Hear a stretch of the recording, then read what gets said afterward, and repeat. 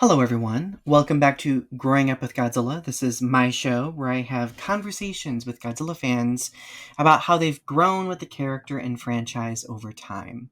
This season, well, we're on season 4. We're actually nearing the final third of season 4, which is mind-blowing to me, but we've had some familiar faces returning and we've had some new faces coming on. And this person, the stars have aligned perfectly for us to sit down and have a conversation this evening because we've actually been planning this conversation for a couple of years. And I've known this phenomenal human being for a long time. You all will recognize this wonderful person. Without further ado, I'd like to welcome on the iconic suit actor, Krystopher Baoia, or KaijuKrys. Hello. Hello. How are you? I'm wonderful, Donny. I'm very excited to be here finally after after all these years. I On know. Well, our schedules are just nightmarish. Like, we Yes, somehow managed to make it happen. yes. I remember like last G Fest, we were like, let's try to meet up, and it's just the weekend got away from both of us, and then Well, I finally mean, this especially year. for you, especially if you have your Fusion Goji suit with you, like you are like insulated, which is amazing though. And we'll definitely talk about that later because it's like this past G Fest was especially wonderful. Oh, yeah. Uh but so we've known each other for quite a long time, but I think we had our first conversation on Collect All Monsters Pride episode that was, I think, a couple years ago, wasn't it? Oh yeah, I think before COVID, was it? It was either before Or or like right during COVID thereabouts. But I remember we all had like a great conversation about like identity, being LGBTQ plus Godzilla fans, and immediately like I knew this was a genuinely good person, and from the get go. So, and of course, like with like your suit building and suit acting, like you've become pretty prolific throughout the fandom over the last few years. So thank there is you. a lot to celebrate, and I am excited to nerd out about all of it with Yes, you. Yeah. the feeling is mutual. Thank you. Well, and then this year we actually got to meet at G Fest, which was Finally. really cool. Like I think you had messaged me, and I was just strolling around, and I was like, I'm gonna go find Chris. But I was just like, oh my god, here's Chris! Like it was spontaneously came out, and we had a really good conversation. We got a couple of photos, and it was wonderful. It Yes, it was, was. but no, I'm really thrilled to kind of delve into your history as a Godzilla fan. So obviously, you know the premise of this show. I really like being able to kind of allow everyone a chance to kind of sit down and to share their stories a bit. So, as a Godzilla fan, like, how were you first introduced to the character all the way from the beginning? The beginning was back when I was 3, in the year 1993. I was really into dinosaurs at the time, and my aunt was babysitting me, and she knew that I really liked dinosaurs, like especially like the Jim Henson's dinosaurs. Mhm. The sitcom show. I was really into those Oh, characters, I and love that so show. yeah, and she happened to have in her collection Godzilla versus Megalon, and she thought maybe I would like it, so she threw it on. And there's just the quick flash of Godzilla and Anguirus at the beginning of the film, and I was just like, "Wait, who are those people?" And like Anguirus really weirded me out because he was on all fours, and I was used to like the dinosaurs from the sitcom show where they were all bipedal. Mhm. And then he goes away. I was like, I want to see Godzilla again. And then comes this ugly bug monster that terrified me as a kid. I was so afraid of Megalon that when watching, I would keep my feet off the floor because I was afraid he'd come and drill up underneath me and get my feet. Kids' imagination.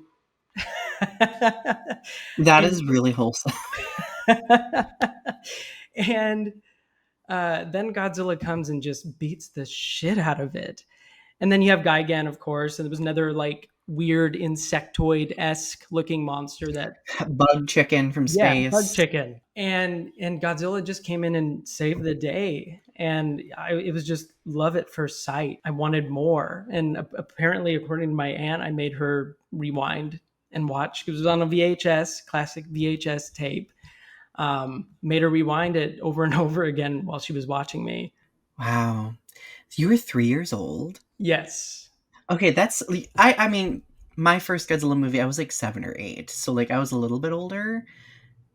But I can only imagine I probably would have been scared at 3 years old of Megalon too. I probably would have been scared of Gigan. I thought Gigan was freaky when I first watched. I think I watched Godzilla versus Gigan first before Megalon. Right. So so I was just like, yeah, I would definitely be afraid of the drilling. Like, Yes.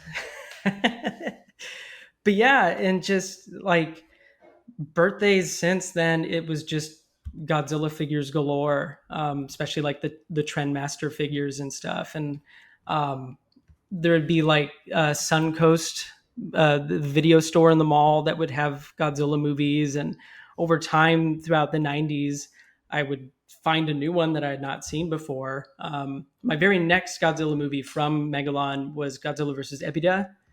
mm, Um, that one was very close after that one. So I regard those two as like my main introduction.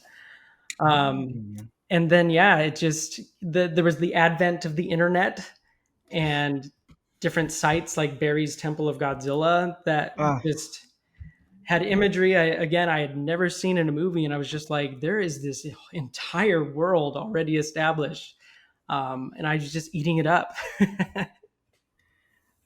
didn't we deduce at one point in time that we were both on the message board somewhere, somehow? was it was it is it Toho Toho Kingdom. Kingdom? I think that, I yeah. remember discussing that with you. Yeah. Yeah. What was your username? Oh gosh. Can you remember it? Gzilla fan 90 something, I think. Eternal Mothra here, Uh, naturally.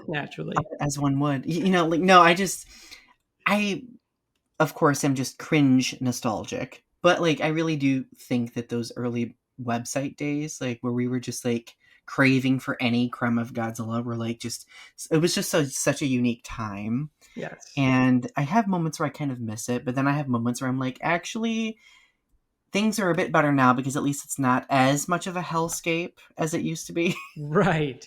Yes. So, And there was just that sense of discovery as a kid when you find new imagery or toys or movies that you've never seen before. It was just like, wow, this is right, rad. right, right. So it sounds like your parents were pretty affirming of your love of Godzilla. At first, yes. Oh, Then it kind of turned into, hey, you're kind of getting into your teens now and you are clearly obsessed. Uh, we think you might have a condition of some kind or something. Like my mom, I love my mom. She was considering me having me like psychiatrically evaluated, just because it was Godzilla all the time. And I would, any school project I had, I would find a way to turn it and relate it to Godzilla somehow. hmm, Um, and so there was that moment of doubt in my love of Godzilla from my mom. Dad hmm, didn't understand it. He just kind of let me run wild and hmm, mostly stayed out of it. And then we discovered G Fest. It was 2003. I was 13 at the time, and I was on the internet. I was searching Godzilla's stuff like normal, and saw G Fest pop up on a web page, and I discovered it the weekend that it was happening. It was like, I think it was like Thursday, and G Fest was the following day. And I was like, "Mom, can we go? Can we go?" I lived in Wisconsin at the time, Milwaukee, and so it was oh, like, not far away at all. yeah, like an hour and a half drive. I was like, "Can we go, please?" And she was like, "Oh, there's a whole convention." And she's like, we can only go the one day." And so we looked at the schedule, and Saturday was the most eventful, it looked like, and we hit the road.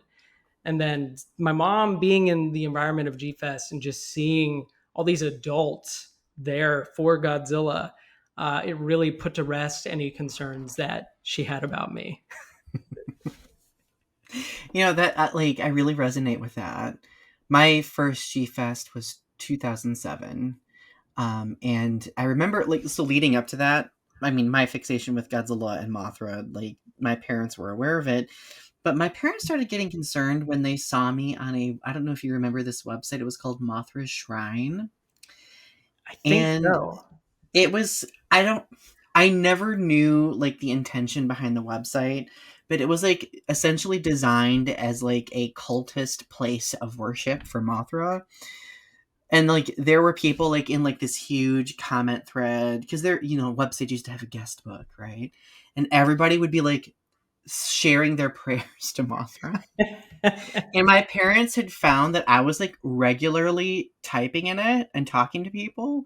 And they had to sit down with me because at that time in my life, I was very much Seventh day Adventist, religious trauma. And Mhm. then like they were like, "Are you like adoring? Like, are you worshiping Mothra?" And I'm like, "No, I'm just a fan. Like what? Like, I just sing the songs casually and pretend that I'm a fairy. Like, that's nothing, Yeah. not out of the ordinary." And then No. they quickly got over that when they also went to G Fest and when they saw like people like fully immersing themselves in the experience, and so I'm just like, that was a wild time. That was, Yes. Yes. parents thought I was worshiping Mothra. But if I were, like, that wouldn't have been a bad Right. thing. Who would that hurt? Who would that hurt? Right, right. Hmm. So, Hmm. okay, so this was okay, so you were 13 when you first went to G Fest, Yes. okay? See that I keep forgetting that we're, like, literally almost the same age. So, like, as you ventured into, like, the mid-2000s, like, later teenage years, like, how did things shift there?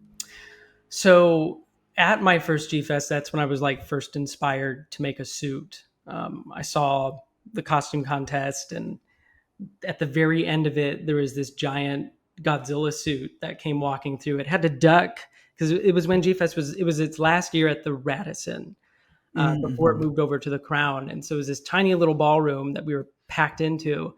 And this big suit comes in, and there's just a hush over the audience, and then just clapping and just cheering. And it was such a strange foreign concept for me to be in a crowd of people clapping at this person for expressing their love for Godzilla, because I grew up a very lonely Godzilla fan, didn't know anyone mhm. else. um, Aw, so just to be immersed in that, it was just overpowering. mhm, And I remember just getting the sense within me like, I want to make a suit. Not not for like the street cred of it all, but just to experience that clapping, in like showing appreciation for expressing something that you love. Which, mhm, I got bullied and made fun of and picked on for liking Godzilla as a kid, so it was just such a reversal that I've been used to prior, that mhm. it struck me like lightning. And I turned to my mom Yeah. and I was like, I want to make a Godzilla suit.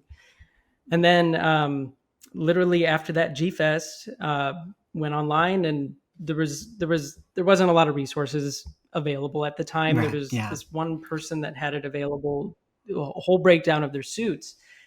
And so from then on, uh, I would make a suit, really like get into foam fabrication, uh, figure out, hey, I'm kind of crafty with foam. It wasn't anything to boast about at first. It was just, it was my first attempt. It was just this fun thing that there was no goal other than to like make a thing to bring to the next G Fest. And I brought it, walked in the parade, felt that feeling again last G Fest, and just became and grew into a regular thing where I'd pick a kaiju at the end of G Fest to be like, all right, I'm making a suit of that one. And the rest of the summer, I would just study and scour and collect materials and draw little ideas and things like that. And then, I would work up until winter, because Mhm, most of what I had to do had to be done outdoors because of certain fumes that some of the things would give off. So mhm, it kind of shut down during winter, and then spring would come, and I'd race to get it all done for the coming G Fest. And I would just bring a suit year after year, and it would just, I would meet people at G Fest, and they would turn into my family. That's kind of how I fell into Dojo Studios, because I would like I'd offer my suit acting services to them when they would have a certain kaiju, usually like an original kaiju made by the dojo team, to perform and stomp around in the miniature city that we set up in the room. And then, there was a friend, Billy DeBose, that created Godzilla Battle Royale, and all of my suits are featured in that one. So it just became this family that really developed out of my suit making. Oh, so this may be kind of a personal question. If you could go back in time to young pre 2003 Krys, like, and show him the person you've become now, what would you say? Because, like, I mean, the full circle moment there just seems really poignant to me. Like, what would you tell younger Krys? I would go back and I'd say, don't stop, keep going. Um, I know it's hard right now. I know there's challenges and things like being bullied and made fun of and poked at for being the weird little dork that you are. But you're going to find so much happiness through this experience. And by Mhm. continuing your love of Godzilla, just don't ever stop that love. Oh, that, I mean, it makes me emotional because, again, like, I really resonate with that history a bit. Like, and it's interesting because, like, for me, like, it was kind of difficult to distinguish the bullying that I got for being a Godzilla fan with, like, the bullying that I then would get for being LGBTQ plus. And then at a certain point, it just shifted entirely to the latter, right? Yeah. Like, um, so was that latter part of your experience as well as you got a little bit older, and how did you like navigate that?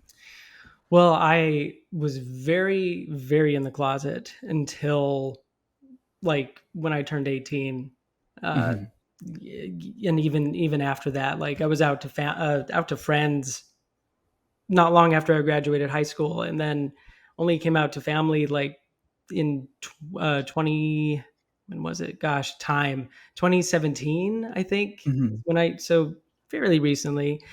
Mm-hmm. So I never received that end of Mm-hmm. the bullying through high school and Mm-hmm. middle school. Middle school was the worst year for the bullying. That was just utter hell for me. Oh. Um, and I remember someone come and like whisper something vulgar about Godzilla in my ear, and he was a known prankster and bully, and like the rage and strength that took over me, I like lifted him by the collar and I lifted him up to the locker, and I was like, don't you ever speak his name again. And it's just something that took over me, and he was like, and he did it ever since I did that. I don't think he was expecting this little tiny thing to lift him up, but it was just, that was like the worst of it. You showed him. I did. I did. And never had to show him again. But yeah, high school I went by unscathed. I had an ugly duckling phase from middle school to high school, and high school was just a breeze. I was very involved. Didn't have any problem. That's good. Well, so spanning now into adulthood, like, you're established, I mean, you've done so much since then. Like, how do you feel as a Godzilla fan now? Like, do you feel fulfilled? Do you like look back on all of that and you're like, wow, I got through all of that and here I am? I do. I'm so happy I kept it going and didn't falter, and the experiences that have come out of my suit crafting and suit acting, it's been this adventure that I don't know how it was going to go when I set out to specifically get into suit acting. Mm-hmm. um, but it's just been a journey of joy, a lot of struggles, and a lot of ebbs and flows of highs and lows. But I like the suit that I made, Fusion Godzilla, or formerly Fusion Godzilla. I since renamed him since like all the refurbishments that I did on him to Saisei Godzilla. Mm. But when I moved from Wisconsin to California, it was 2008. Just graduated, couldn't make suits for the longest time. Um, just the distance being an issue. So I would make little things here and there to kind of like still be creative with my hands. But then stars aligned, built the suit, and it's been this thing that is like still giving to me, even though I Mhm. completed it back in 2017. It's this thing that like I'm still doing appearances with it. I did for last November for Godzilla's 70th anniversary. I did an event in Little Tokyo at the LA Metro station. They were doing a special thing there, and then the following day at the Academy Museum in Hollywood, they were doing a big celebration, and then this past G Fest. So it's like this thing is still just providing and then like giving me the drive to keep going. Mhm. And like my sculptures too, like working with clay. I'm through Godzilla, I've discovered all these things about me that I wonder if Godzilla wasn't in my life or a factor, would I have discovered it? Right. Now, I remember you posting many of the pictures from those events, and like the absolute wonder that people experience when they see that suit. Like, it's got to be infectious to witness, and like I can imagine like it would be very motivating as a creator to kind of experience that energy, right? So I know like even when I go to GFest, I'm just like I kind of like feed off that energy a bit. I'm just like, wow, like people are really creative. They're here, they're present. We're all experiencing and enjoying the same thing together. So no, that's so wholesome to me. That's Thanks. that's that's the theme of tonight. It's so wholesome. Yes, yes. How long okay, so how long did it take you to create your suit? Like how long like you said it was 2017. Like what was the time span? It was about 14 months from drawing the first idea to the final coat of paint. I was Mhm. working a full time job at Disneyland at the time, and so spare time was very far and few between. Mhm. I had a long commute too. I lived very far from Anaheim, so just in my spare time, whenever it was there, and especially like weekends, I'd pull all nighters, and I would just be in my grandma's garage because I lived with my grandma at the time, and she graciously let me construct the suit there. I would go to town and work on it every little bit I could, and so it took about 14 months. And I was like aiming to get it done for G Fest 2017 specifically. Mhm. No, I love that. And I think what I really appreciate too is that I remember some years ago, was it like 4 or 5 years ago, there was like this blog post that was made. I'm trying to remember the specific site, but like it documented like your creation process. I'll have to go find that and link that in the description section of this episode. It might have been the Stan Winston School blog. Yes, that's what it was. Okay, yeah. Yes. It was very comprehensive, and I think, like, I mean, if any viewer is interested in seeing, like, what it looks like to go through the process of creating a suit, I think that it did a wonderful job, like, laying it out and, like, just documenting your experiences. So you wrote that, right? Oh no. I mean, Oh, I like thought they asked questions and things like that to oh, okay. submit to them, and they took my answers and they put it into their own blog. I think I have that linked on my Instagram in my highlight section. Okay. I'll have to Yeah, check. It's been a while. I'll definitely make sure that I find it and link it down below because I think it's really interesting reading. So, oh my goodness. Well, this is like it is very fulfilling to see the full circle moment that you've gone through from being like that super isolated Godzilla fan so many years ago to now being surrounded by like a chosen family of sorts. Like in many ways I would argue that you have created community with what you do. And I have found that very common, like where many of us Godzilla fans, when we don't have a community at one point, we end up creating a community of our own, you know. and then we end up being the person for others that we wish we would have had for ourselves back at that point in our lives. So, Yes, because we know how it feels. Most mhm, of us know how it feels to be that isolated fan, and it's a shitty feeling. And mhm, if I can prevent someone from having to experience that, um, that's a win for me. If yeah, I can provide that space of excitement for them, or like, if I always say, if I can inspire just one person, that'd be enough. That'd be enough. That's a happy, fulfilled life. mhm, So that's why I think it's so important that I do what I do, and it's important that you do what you do by mhm.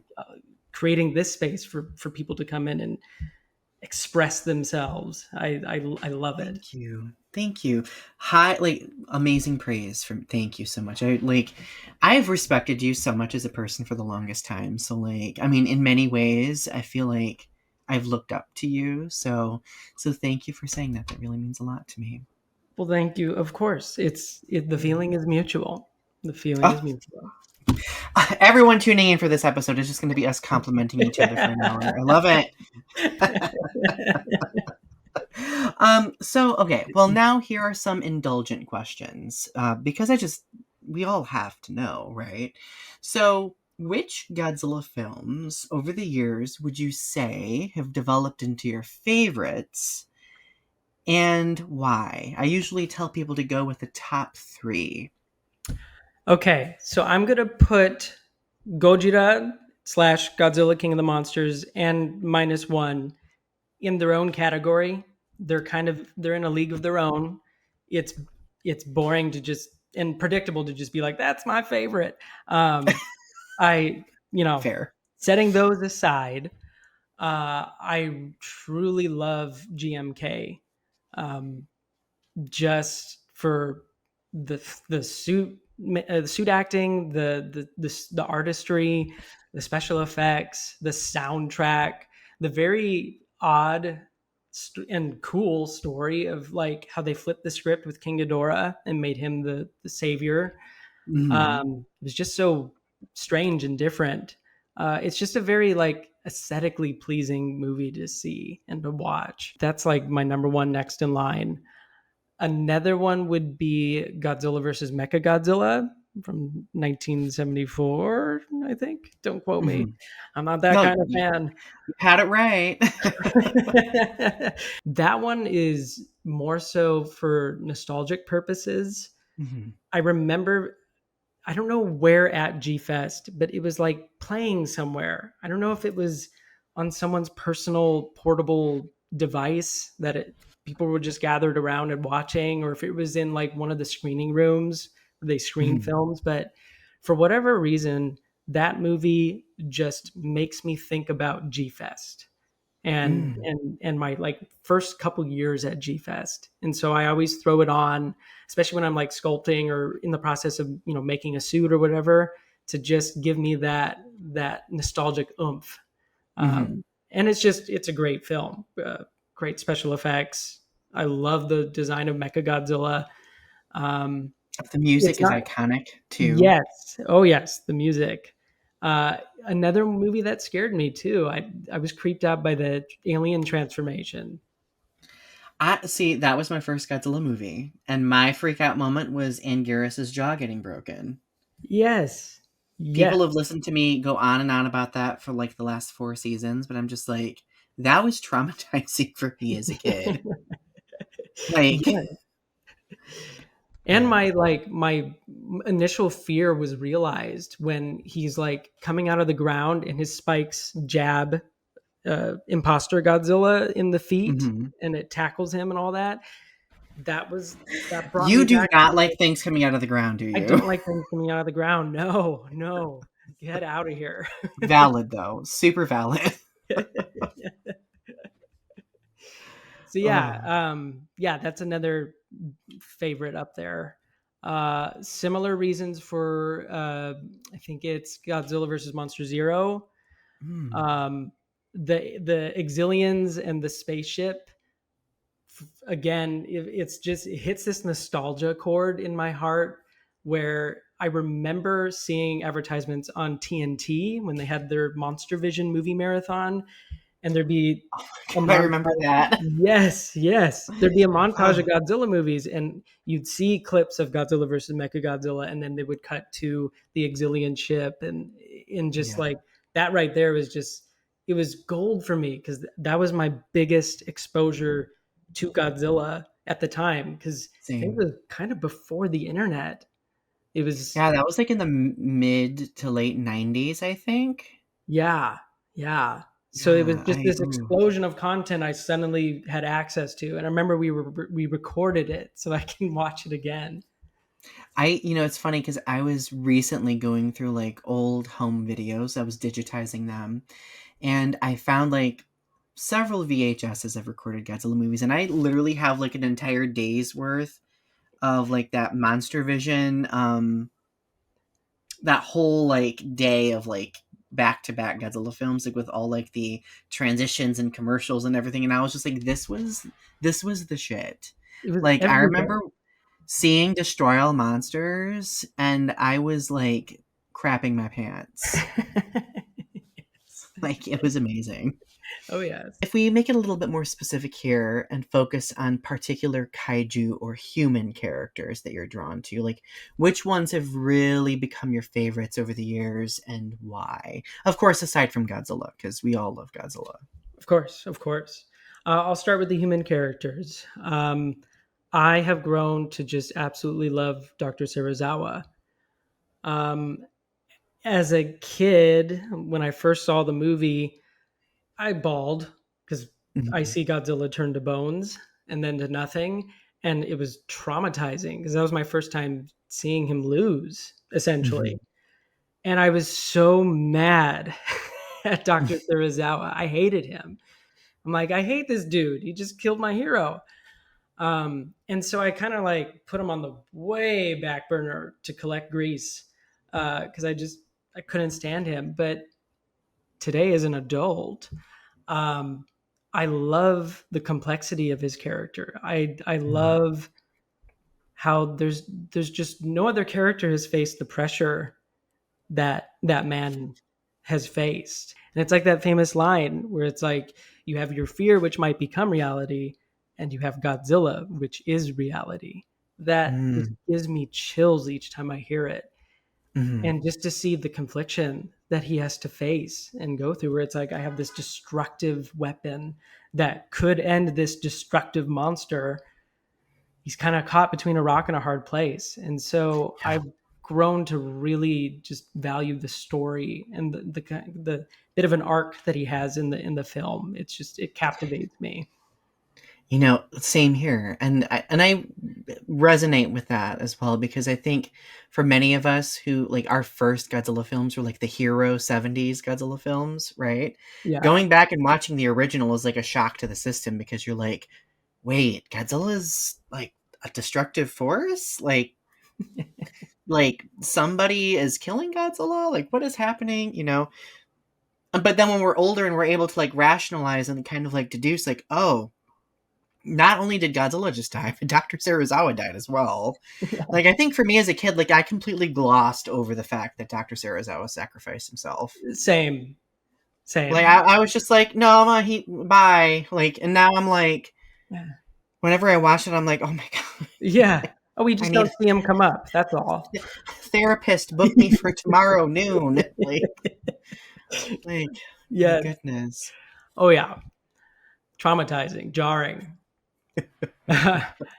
But yeah, like in terms of other human characters, another standout I think would be Mickey Mm, Sagusa. Is that the last name? perfect. Okay, Yep. okay, yes. Just again, just this outlier of a character that has these psychic abilities and can like communicate and momentarily direct Godzilla. It's just like we don't see that anywhere else. And I just always like her presence whenever she's on the screen. I always wanted to be her. or be her bestie. Like, I wanted to, like, I Yeah. wanted to be like her gay best friend, being like, let's be psychics together. You I know, that's imagine probably you love the fairies of Mothra, of course, because they can talk to Mothra. me loving the Yeah, fairies of Mothra. Absolutely. No, like anything that was like psychic-ish, I was like, sign me up. or wearing a great outfit, I was like, I want to be her. Like, what's going on? But Yes, I think what I really envied though would be because like I feel like especially when I was younger, like Godzilla was kind of like that friend I never had. So I was very envious of like Mickey's closeness to Godzilla because like Godzilla she was the only one Godzilla allowed into his thoughts in a way, right? right. So I kind of like just associated them as being like really like besties themselves, right? Like how much of an honor is it for someone to like literally be able to share thoughts with this giant monster that I've idolized for so long? So like even like if anybody risks going back and reading my cringy ancient fan fiction, you'll see that like I really wanted to be Godzilla's bestie at one point in time. Yes, I had So, the whole I had the whole talk. I had to have the whole talk. I thought Godzilla was real at one point. I wanted to mhm, know on the globe in school. I'd ask like, "Where's Monster Island on the map?" Because mhm, I too wanted to meet Godzilla. I was also very jealous of Godzilla's Revenge. The kid, uh, mhm. blanking on the name, Ichi- Ichiro? Ichiro, I think so. Yeah. something like that. Jealous of him because he got to go to Monster Island and talk with Mhm. Minya. So I get it. I get it. I do. But you know what? Like, even though we do eventually learn and kind of make peace with the fact that these things aren't real, I think the way our imaginations apply them to reality like really matters. Like because how often did Godzilla kind of like probably help us address problems that we were experiencing or help us get through something, right? Yeah. Um It's like so they like aren't yeah, real, but the effect that they have and the power and the strength that they have is very real. their gravity is absolutely real. No, I agree with you completely. Yeah. It's cool. I'm I'm nerding out right now, Chris. So okay, so we talked about the human characters. Did we touch on your other favorite kaiju yet? Not yet. Okay. Anguirus is a big one that jumps out. He was technically the second kaiju I ever saw in Godzilla versus Megalon, his brief cameo. Hmm. And I what I love about Anguirus is just he takes a pummeling from everybody, and yet he still charges forth and leaps into the fray. And there's just this resilience, like Godzilla, for the same reasons. There's a resilience about him that I pull from just the way Anguirus gets pummeled and beaten, thrown around, jaw broken. He comes back, and similarly to Godzilla, it's that resilience that I observe that I apply to my own life. And, when things get hard, I kind of dive into that resilience that they portray, and I apply it to my own life, and it gets me through hard times. Hmm. No, I think I can understand why Anguirus would be that fulfilling for people. Like because I think I the reason I was always drawn to the character is because of like his underdog status, Yes. right? I mean, we all have felt like an underdog at one point or another, and I think being able to see an underdog again, being besties with Godzilla, kind of like Mickey Sagusa is like. We wanted to be Anguirus. I wanted to be Jet Jaguar at one point. Like, who gets to be best friends with Godzilla and like gets to battle alongside him and successfully navigate a situation? Yes. I get it. I totally get it. So, Anguirus is a favorite. Any other favorite kaiju? I love Titanosaurus, just his his singular film. It'd be nice to get more of him in the future. It was kind of cool to see a fusion design in Singular Point, where there was, Mm. Godzilla's one of his forms was suggesting Titanosaurus. Hmm. That was really cool. But yeah, he was just this other saurian type deep sea monster that just looked cool to me. And like, I love the Hmm. coloring on him, the skin texture, how it's just all the bumps and everything. Loved his Hmm. roar. His ability was really cool with the fish tail. Yeah, he's another favorite. I once considered making a suit of him, but doing my own artistic flair of the design. So that might be something I come back Oh, to at some point in my life. oh, another a potential teaser for a creative project in the future. Everyone, you heard it first here. I love it. I love it. No, that would be wonderful. I can only imagine how wonderful your vision for Titanosaurus would be. It'd be iconic. Thanks. So, well, here is the big question that I ask everyone. And I mean, arguably we've kind of touched on it a little bit, but feel free to delve further too. But how has Godzilla shaped you into the person you are today? That is the big question. Um, he has opened up several different passions for me that I'm actively pursuing today, from the suit acting to the sculpting to the fabricating. Um, it's just he has been this fixed point in my life. He's my life's anchor being, I would say, that Hmm. keeps me going, not just through hard times, but through exciting times where Hmm. there's all these things that I'm chasing after and all these opportunities that have popped up for me through Godzilla, through G Fest. Um, and I've just met so many incredibly wonderful people, you included, where Oh. it's it's again leading back to that full circle moment where going from this solitary isolated fan to where I am today and to what I'm doing today. It's just I I I don't want to know who I would be without Godzilla, because I'm Hmm. so grateful for who I am through knowing Godzilla and loving this radioactive lizard from 3 years old till the day I go. Like he's never gonna go away, and it's just opened up all of this creativity and imagination, and he's been this spark for me that keeps me going. And yeah, I can just go on and on and on and keep, Ooh, that gives me goosebumps. That gives me, but it's so true though. Like, I mean, I've had people ask me before too, like, can you imagine your life without Godzilla? Like, can you imagine a reality in which you would exist where like Godzilla had zero influence?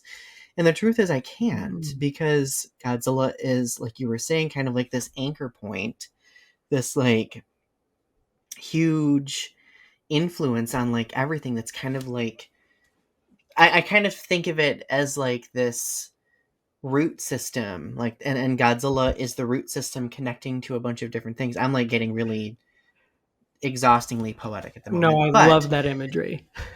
thank you, thank you. But like just connecting to everything, and like I literally was sitting in like a faculty meeting recently, because I mean, for those of you who do not know, I do teach for a living, but I mean, we had a conversation about like what was the thing that like got us obsessed with like writing or our career, blah blah, blah. And I was like, Godzilla did, like. Like I without that fan fiction, I wouldn't be even interested remotely in writing whatsoever. And here we are, like years later, like experiencing a full circle moment of my own where I'm like, wow, like I got to work on a Godzilla comic. I got to do another thing that I can't necessarily share yet, but it's coming. And it's just like it's so fulfilling to be able to put ourselves out there to enrich the rest of the community with our love of the character. And then also, like, I think of it as us like passing the torch of inspiration to other people too. Yes. Like I was saying earlier, like when you are at a convention or at another event in one of your suits, like the people who light up, who experience the sense of wonder, like it's such a really surreal thing to see, right?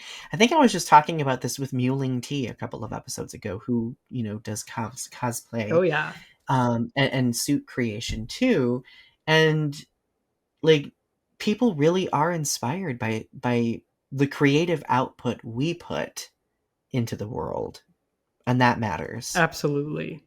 Yes, because to be that person for someone after living the lives that we have lived where Hmm. that was kind of absent, it's it's the most fulfilling thing about what I do and why I do it. And it's seeing those faces that light up when my suit turns the corner, because I Hmm. know that feeling. I felt it before. I still feel it to this day. And to just create create that space for that person and to foster that community now in this time more than ever is so uh, important and Hmm. necessary. Agreed. Well said. Well said. I've noticed that many of us creators, like we have like this pivotal moment where we've had like a fan interaction that kind of cements for us, like, this is what I'm meant to do, right?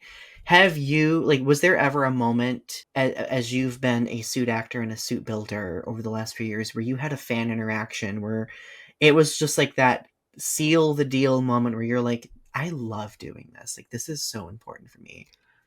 I mean, I would say this past G Fest was kind of that like reaffirming, striking moment that it's like this is what I need to be doing. Because like I had brought the suit years prior in 2017 and 2018, and that was a little bit of the same of what I experienced. But this year especially, it felt like I brought the suit for the first time all over again, and just Mhm. the sheer amount of kids coming up to me and wanting to ask me questions about the suit, wanting to get a picture with me, wanting to show me their ideas and their Mhm. drawings. It it's just, oh my god, my heart. Um, just to see them so excited over their creativity after gushing with me about the suit and everything, that happened every day of this past weekend. It was so overwhelming. I had to go upstairs into the room a couple times and just take a breath and just Yeah. realize what I've done. And Yeah. like I said earlier, where the suit's been made for since 2017. He's a little long in the tooth now, but still he can have this powerful of an impact on young and old fans alike. um, it was a very powerful reminder for me to be like, don't listen to what you would tell your younger self today. Don't stop. Hmm. Yeah. That's very powerful. And I also think too, I mean, I had to, there were a few moments, and not nowhere near the magnitude you experienced probably, but there were a few months I had to like remove myself and be like, I gotta reorient. I gotta like, because I mean, since the show has kind of blown up a little bit, like people can now like recognize people and be like, oh, you were that person who does that. But like, I think in a way, seeing the creative output or the inspiration that these other people, especially kids, are experiencing, and like, and showing them that they are being seen, for me, I think helps kid Donnie feel seen in some way. Like this strange like pseudo healing of like this inner child in the deep recesses of my mind that like still wants to be seen as a kid, as a Godzilla fan, right? So I don't know if that's something that you resonate with, but it's like, I don't know, it feels good to see that because it's like, oh, like I can be that for someone now. Yes, Whereas I would have wanted that then, but at least I'm getting that now in some fashion, it's right? cathartic. It's Hmm. self-serving in that way, where it's like you're telling all of these little ones that, hey, it's okay to like Godzilla, and you should love that you love Godzilla. At the same time you're telling your inner child the same exact thing, and you're showing that Hmm. it's like you can be this wonderful creative person. You can inspire all of these people. You can create and join this very loving community of misfits, outcasts, dorks, nerds. Like, you belong here, and it's okay to Hmm. belong here. Love that. It's so true, though. And I think my biggest hope is, I mean, our generation of Godzilla fan, like we grew up pretty isolated. I'm sure prior generations would argue that they probably had way more isolation than we did, but there's always room for that conversation. But it's my hope that the next generation of Godzilla fans, or the ones currently growing up, experience a fulfillment that we never got to experience in being enmeshed in the community, Yes. right? And then having that representation. Um, so, ooh, I'm getting all up in my feels now. What else is new, right? Yeah. So a slightly different direction really quickly. Like, do you fancy yourself a collector? Do you see yourself as a collector? I kind of do. Yeah. Yeah, I do. Wow. You do. So when did that start for you? And what do you love to collect specifically? Any favorites? Yes. It started right out the gate. Uh, when I was 3, it was the Trendmaster figures throughout the 90s. Just every variation, every box set, you name it. I remember especially loving the one big set that had a bunch of them, but they were colored. Mhm. They were painted not like how they appear in the movies. Very Mhm. vibrant, like neon colors almost. And Oh, I remember those ones, yeah, and I yes. just remember going, "Wow, that's rad."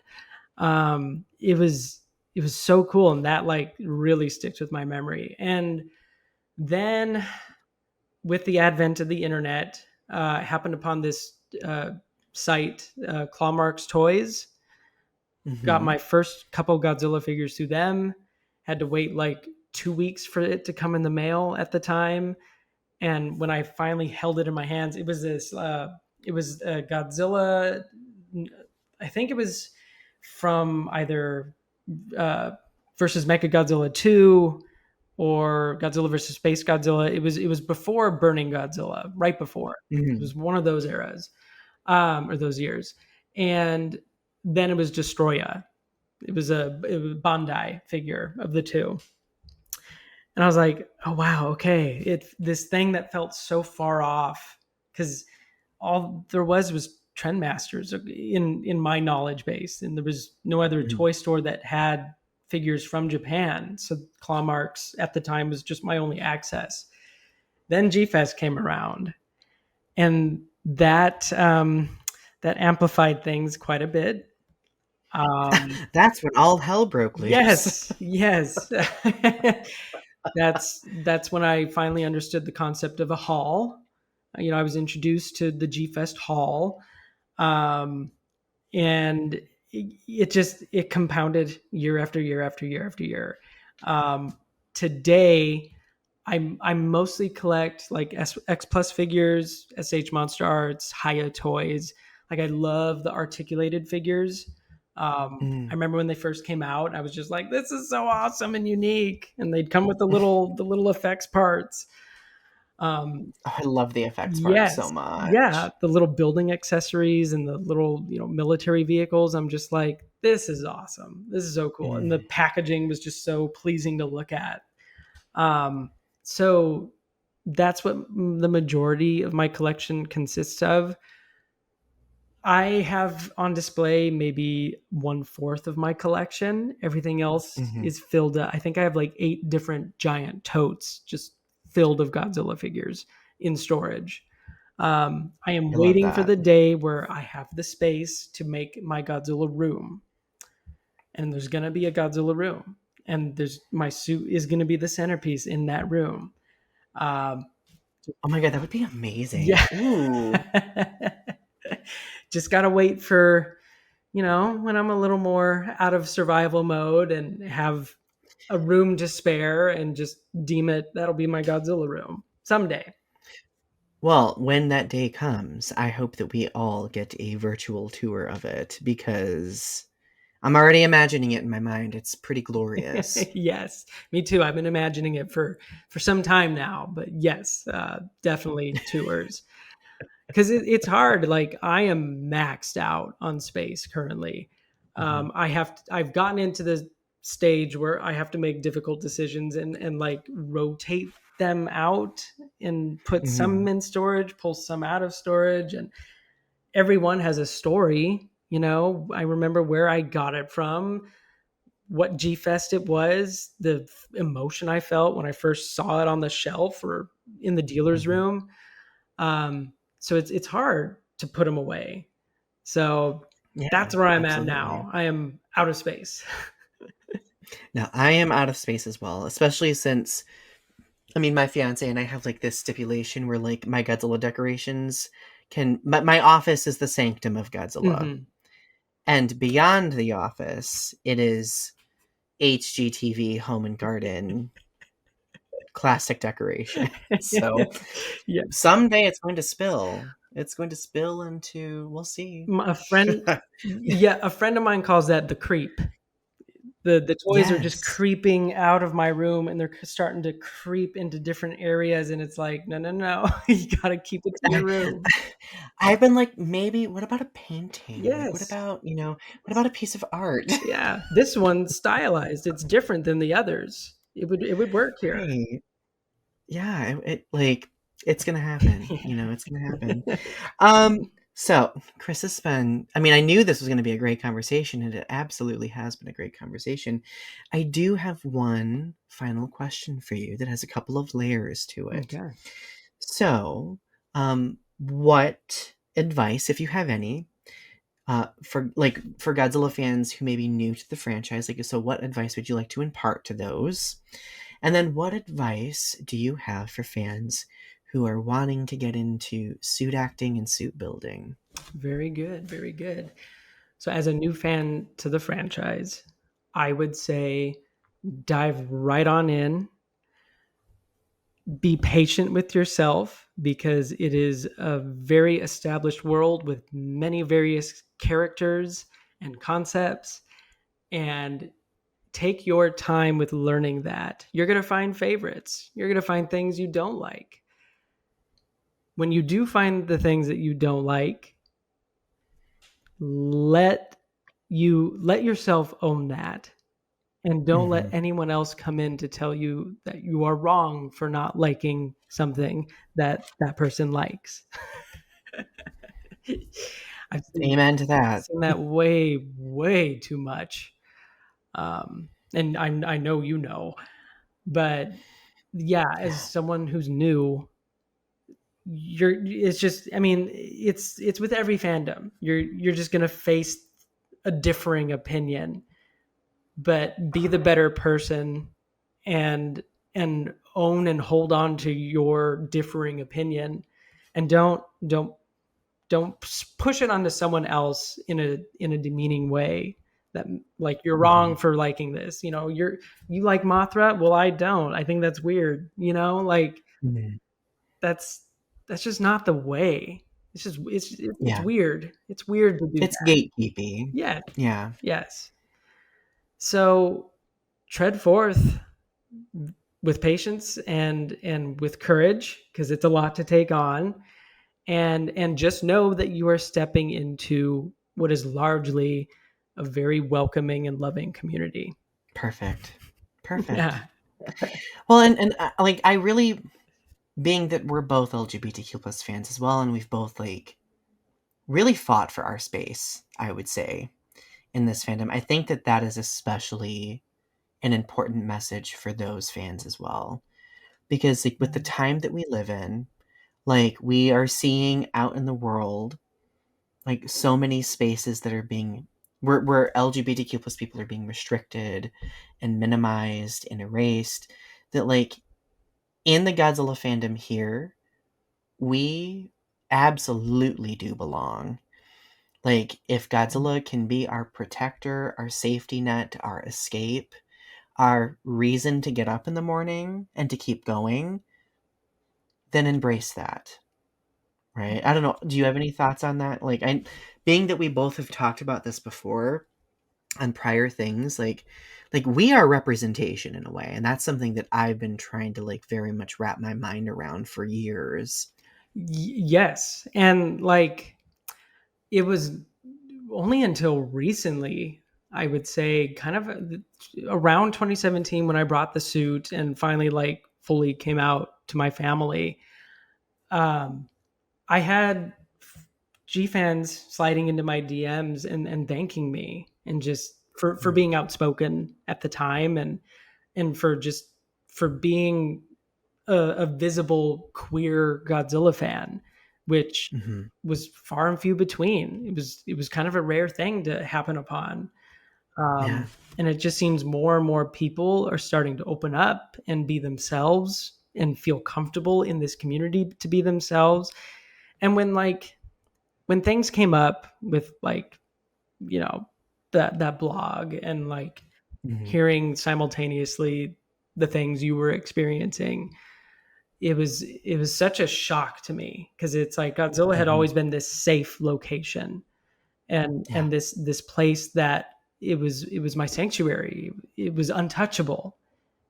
Mhm. Nothing in the world could get in the way of that space. And here comes this kind of really disappointing and gross thing to witness. Yeah. I had to kind of pull back from the fandom. It was when I was on Facebook a lot too, and Mhm. since that Oh, yeah. time, and since that article went out, and all of these Oh. people out I of remember you and I battling in many an argument side by their side. yes, I will never forget. And I remember, I think it was like within the last year. I remember like so I was going through like some very problematic behavior being thrown my way. Like you sent me like this really thoughtful message, and I was like it's so nice to know that there are other LGBTQ plus people in the fandom who see and understand like those different things. And I think also importantly too, like us existing in this space, I think is an important moment for even those who may not fully understand, right? right. To realize that, like we also are enriched by the same thing that they're enriched by. Or like we find solace in the character in I mean, there's probably some differences, but in largely a similar fashion. And that itself should bring us all together and allow us to celebrate together. So, Yes, no, I'm glad that we were able to touch on that because I think that was an important reflection point. Last but not least, do you have any advice for would be or potential suit actors and suit makers?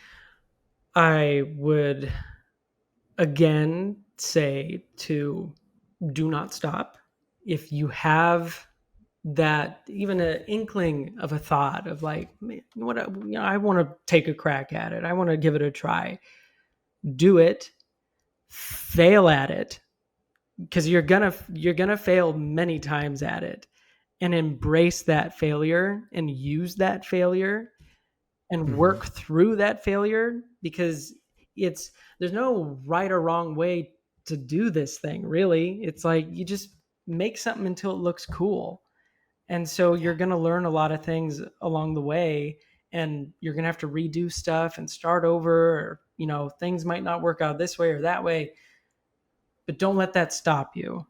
Keep at it cuz you can get to the other side of it with persistence, with Hmm. research and with, trusting in the process essentially and trusting in yourself. And even if you might not think it looks cool or looks great or whatever, it's like it's still enough that you're trying to be artistic with your hands. It's still enough that you're showing up to attempt to make something from your mind because that's powerful in its own, like on its own. Absolutely. Now, I think that's excellent advice. Mm.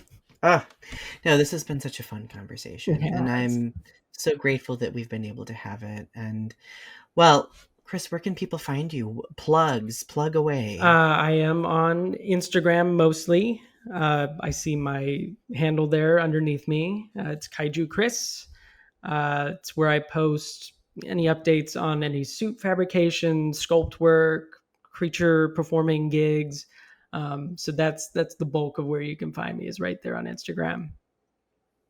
Perfect. Perfect.